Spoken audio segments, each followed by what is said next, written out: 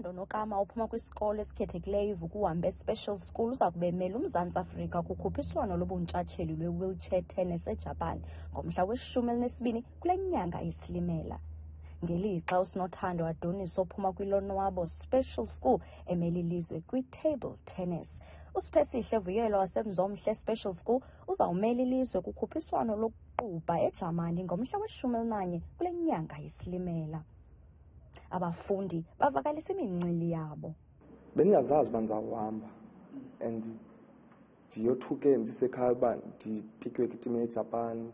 Ndiyendonwaba kakhulu. I love sport. Sport sindenze ndaphumelela kwizinto ezininzi. Into enkulu namhlanje ndiyayibulela, ndizive ndi-excited, ndiyavuya, and njebe ndihamba ndiseGermany ndathemba ndingafumani luzi, and nam ndisho ndi-100% azofuna luzi, ndinqwenela ndibuye nemali.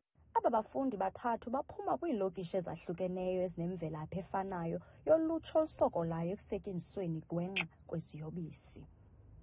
Umphathiswa wephondo lweMpuma Koloni uFundile Gade uphinde wayibethelela imfuneko yokuba isebe lezemfundo libonelele ngenkxaso yokuqinisekisa ukubandakanywa kwabafundi abaneemfuno ezizodwa. Phantsi komxholo othi uhambo lweentshatsheli bonke ngabethu, abafundi abathathu baqinisekiswe ngothando nenkxaso. Kwiindaba zethu kuChannel 163, ndinguSipho Sethu Boyi, eKariyerha.